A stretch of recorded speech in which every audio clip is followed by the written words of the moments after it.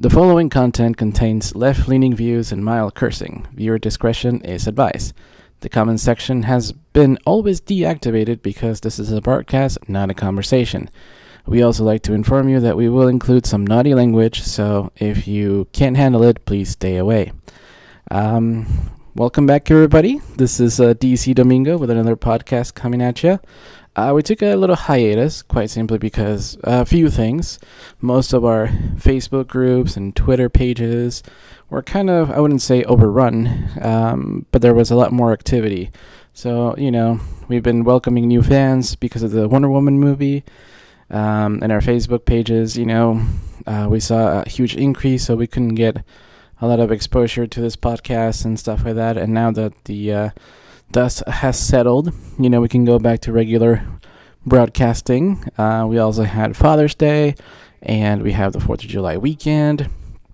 So we had a lot of holidays come up and a lot of news that we're not going to cover on this podcast just because there's way too many.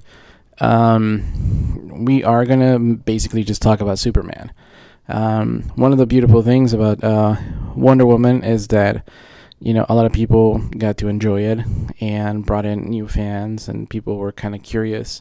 And, this new cinematic movie universe started with Man of Steel. And some people just don't know Superman. They didn't know that, the Mascara was an island. They just thought that, Wonder Woman was, like a 1970s secretary who fought crime, in a random city. But they didn't know much about her backstory. And a lot of people, journalists of the, film critic type, don't know much about comics in general. In fact, it's quite surprising that most of the internet movie critics don't know jack. So we are going to cover mostly Superman, quite simply because there wasn't any big news or anything. I think that the vibe around Superman has been building because, Wonder Woman kind of became, this generation's version of Richard Donner's 1970s Superman. The fact that it was a Hollywood history, prior to that's, not Richard Donner's Superman, there have been the movie serials, black and white, of Superman, but it wasn't high budget. It wasn't believable, and same thing with Wonder Woman. There has been, Elektra, Supergirl, Catwoman, Tank Girl, Barbed Wire, a lot of these, comic book adaptations that, some were not as strong because Hollywood didn't believe behind them and didn't give them enough budget. So it is kind of monumental, and it is pretty damn cool. Now, with the release of Justice League in November, there's a lot of expectations for Superman, and just like what it means to be 49ers fan, what it means to be a patriot in your country, what it means to be a religious person. There's a lot of, opinions on, what it means, who is the real Superman, and it's just generational. It depends who you ask. And I think this podcast is basically to address that issue, of what is Superman and who claims credit to him, and which fans should you listen to if you care to listen to who the real Superman is and which interpretation of that Superman is. This will be a 3-parter. Part 1 is going to cover basically the reactionary version or ad version of movie fans and Marvel fans against Man of Steel.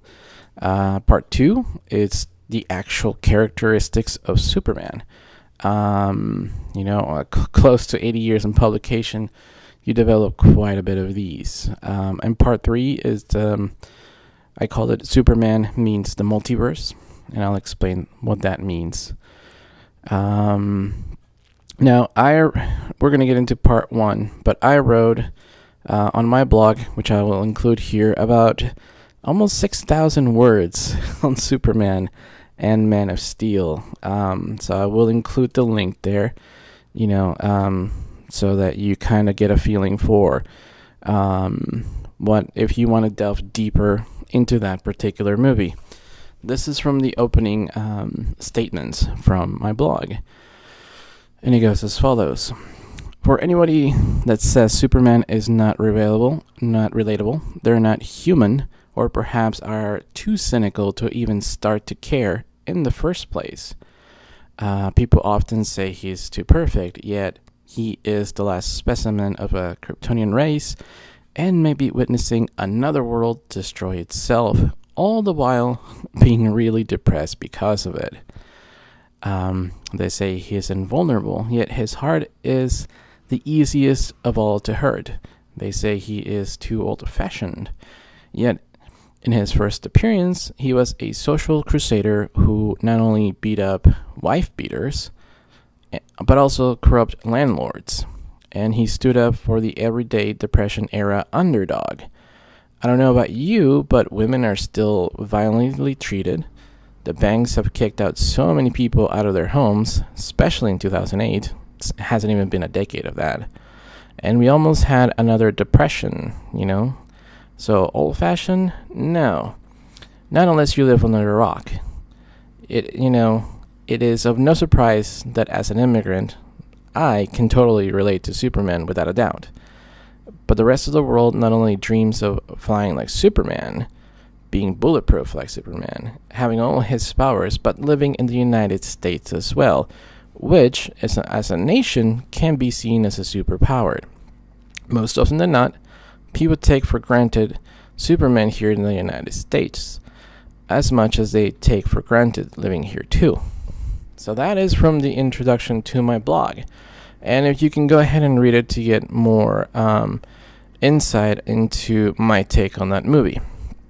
Now, Man of Steel came out right after the happy-go-lucky Avengers movie and the, quite depressing Dark Knight Returns, which was, depressing for everybody since there was a giant massacre of our people in the Aurora cinema. So it wasn't as bright as the Avengers. It didn't feature the JLA. And movie critics, held that against Man of Steel. And it wasn't as dark as the Dark Knight trilogy.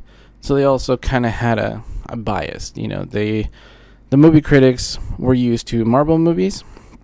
And they were used to Christopher Nolan Batman movies. And, here comes Man of Steel, and they don't know what to do with it, One of the reasons why it was so bizarre for many people is that Superman eventually joined the military, and that was his Justice League, He was able to be supported by the military in an alien invasion movie. It is not a superhero film. It's a sci-fi movie with the birth of the superhero genre, which is the original intent of the creators of Superman, Joe Siegel and Joe Shuster. Again, it is not so much a critique on the movie, but a critique on the people who go see these movies. One of the problems is that we've had quite a few, movie versions of Superman. For instance, I know that J.J. Abrams was going to develop one where he was like an intergalactic cop called Flyby or something ridiculous like that. And people, no one questioned it. No one said, hey, this is stupid. However, most movie, people, including those who like the quote-unquote classic Superman, seem to gravitate to the 1970s Superman. They often say that is my Superman, kind of like people reacted here in the States when they saw a black president and go, that's not my president. They like the old-timey Superman. However, I'm going to say some heresy. That's not the original Superman. The original Superman is from Joe Siegel and Joe Shuster in the late 1930s. That is the original Superman. The Superman movie contained kryptonite. And guess what? Kryptonite did not appear in the comics originally. I know, it's heresy, right? So if your movie contains kryptonite, it's not true to Superman, right? No, we're not going to boycott those movies. Kryptonite originated in the radio show, which, by the way, had 2,000 episodes. So for all you 90s kids who say, Tim Daly is your voice of Superman, I have to pity you, because the radio show had more than 2,000 episodes, and I kind of say that is a voice of Superman. So yeah, there is a lot of versions of Superman, and the Richard Donner version was quite ridiculous when Mario Puzo wrote it. Even though Mario Puzo wrote a great movie called The Godfather 1, 2, and 3, him as a good writer based that version of Superman in the golden age, silliness of Superman. For instance, if you watch the making of, Superman in that documentary by Bryan Singer, you would realize that, in that era, there was even one issue where Superman just kind of blew like a kiss to a star, and the star just disappeared. I mean, I don't know about you, but that's really out there, no pun intended. And I'm pretty sure that star had life forms around it, and now they're gone. But that's the kind of writing that you had in Golden Age, really ridiculous things that were not based on real, gravity of situations after the Second World War. The original Superman, however, was much more grounded. And that 70s movie by Richard Donner only changed when he brought in a quote-unquote serious tone to it. So even though it's outdated to us right now, it is not the epitome of a Superman movie. The closest thing that I would argue would probably be the Max Fleischer cartoons. But that's a cartoon, not a movie. And, that's the thing that we hit again and again. What is the true Superman? Man of Steel, however, did had a lot of iconic images that harken back to the original, Joe Siegel and Joe Shuster, which was basically kind of a brawler. He would often just crash through a window, even though he could easily, sneak up on anybody. He was not able to fly, so he was just able to leap buildings in a single bound. That's how he got around. He wore sandals, like Samson, He was kind of a strong man, kind of a brawler, not as powerful as the later versions of Superman. So, the Man of Steel movie kind of pays homage to that, with the flashbacks and the oil rig in the ocean. Him as a kid saving other kids on the bus. Eventually he becomes able to fly when he, thrusts both arms into the air to gain more momentum. It's a nice subtle image that a lot of people didn't even pick up. And if you go to YouTube, there is a wonderful video of a baby reacting to Superman's first flight. And if a baby is not cynical about it, why are a-hole movie critics being, cynical about it? And that's because they grew up with, some mental conditioning. So, as far as Men of Steel, we have, the main issue that a lot of people seem to have is that there was a lot of destruction in Metropolis, but we already covered that.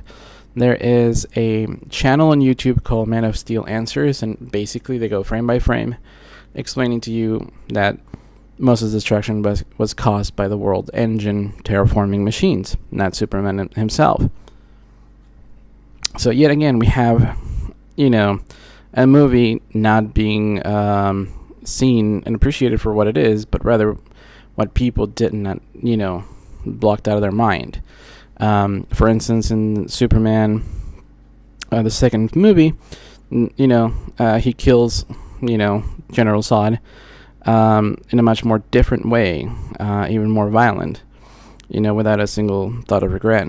And another scene that I would compare is the in Man of Steel. You have someone being mean to a girl at the bar. Man of Steel, Superman, trashes that guy's truck, not the guy himself.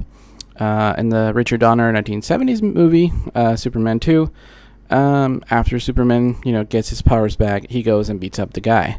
I mean, that seems like an a-hole move. That's not my Superman, right? Superman wouldn't do that. But yet again, the media and, fanboys who, I guess, they kind of see the Richard Donner Superman as the Bible, like, oh, that's the Holy Grail. They don't really want to admit that that is not the epitome of Superman at all. And that's unfortunate, because then those people clash with 90s kids who see the cartoon version of Batman, and the cartoon version of Superman with the Justice League cartoons as, that's the Holy Grail. That's the Superman. If anything deviates from those cartoons, it's heresy. However, those cartoons borrowed heavily from the comics. So whenever you get into a conversation with someone about Man of Steel, if you manage to reference, comic books, by all means. So for instance, I'm not the biggest comic book fan, but I do try to, if I have a question or a comment about a vehicle, I go out of my way to research the model and, what fuel injection means, For instance,